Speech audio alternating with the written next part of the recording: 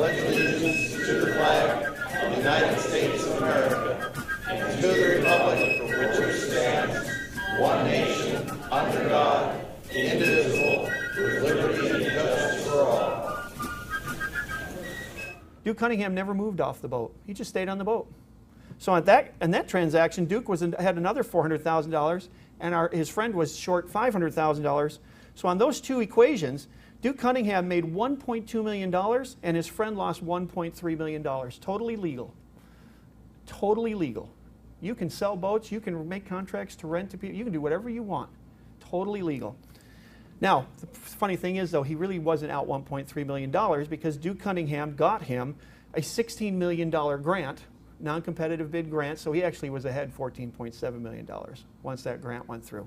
Now, here's the good news. The good news is Duke Cunningham's in jail. The bad news is he's not in jail for this. Okay? In fact, the only reason we know about this and the only reason he's in jail is Duke got a staffer mad at him. He got a staffer mad at him, he fired him, the staffer was pretty mad.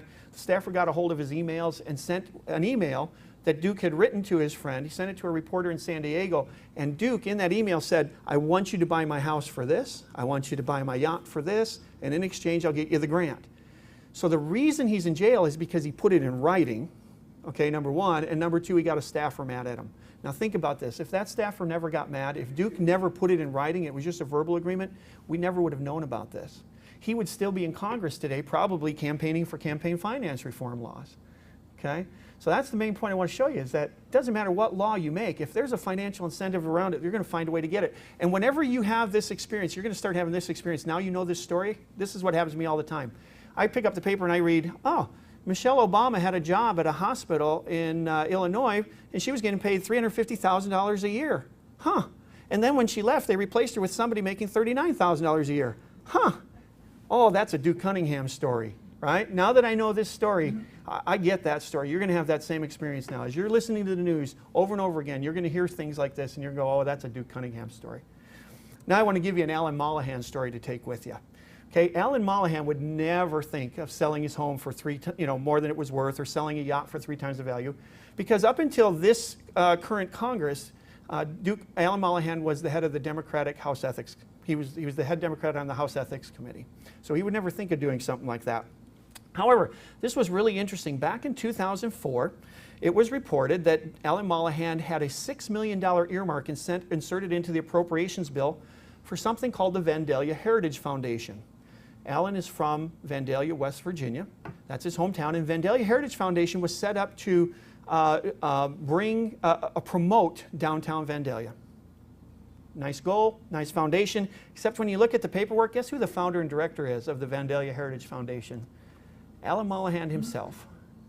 Now, as the director and founder of that foundation, guess who gets to decide how that $6 million gets spent? And guess what? It's perfectly legal. It doesn't violate a campaign finance reform law, doesn't violate an earmarking law. It is totally 100% legal. And in 2004, when this came out, it was a little bit of a news story. Alan Mollahan was reelected and retained his seat on the House Ethics Committee. Well, 2 years later, in 2006, in April, 6 months before the election, the New York Times reported that, turns out, Representative Mollahan had directed $250 million, not $6 million, to a total of 5 nonprofit foundations that he had set up himself. So in other words, from what he learned in 2004, he got bolder. He said, wow, this works pretty good. He set up 5 foundations and diverted $250 million to it. Now, Alan Mollahan, as I said, House Ethics Committee, he didn't use that money to build a new home or get a couple fancy cars or something like that. But what he did do is Vandalia Heritage Foundation started handing out contracts to various businesses. And the funny thing was every one of those businesses then donated to his re-election campaign. Isn't that interesting? And totally legal. Didn't violate a single campaign finance reform law, didn't violate any law whatsoever, and Alan Mollahan was reelected and retained his seat on the House Ethics Committee. Now, fortunately, this year, this election cycle, he was not able to come up with something to top this. He did lose his primary anyway, so we're thankful for that. But again, not for this. Not for this. And that's, I'm going to just summarize it, that we're going to skip by campaign financing right now. The bottom line on campaign financing reform laws, though, because we're running out of time, is basically you're going to put the fox in charge of the hen house. Okay? They're going to decide, well, you're simply not viable, so we're not going to give you public campaign funds. I told you the story of Jason Chaffetz at the beginning. In March of 2008, he was polling 4%. KSL Radio wouldn't even bring him on to a debate with the incumbent and with the governor's brother because they said he was not viable, 4%. 3 months later, we won the primary 60-40. So regardless of who's viable, the last thing I want to do is give a bureaucrat or a politician the right to tell me whether my candidate's viable or not. So we're getting down to the end. Again, this is what we're trying to do. We're trying to keep money from going in. Let's stop doing that. Instead, let's focus on this part of the equation. Let's stop the benefits from coming out. The Tea Party movement, the 9/12 Project movement, all patriotic group movements, the iCaucus movement, is really, if you really boil it down to its essence, it's not a tax protest. We are tired of the spending. And that spending that's out of control is because they're steering it to their special interest campaign donors. That's got to be our focus. That's got to be our solution. Now, I want to say this to you. We stress that what we're looking for are candidates who are fiscally responsible through adherence to constitutional limitations, okay, and constitutional authority. If you find candidates who commit to fiscal responsibility and commit to adhere to the constitutional limits on government, you're going to have somebody who's going to stop this process. If you focus instead on things like, let's say, abortion. Abortion's an important issue. It's a hugely important issue.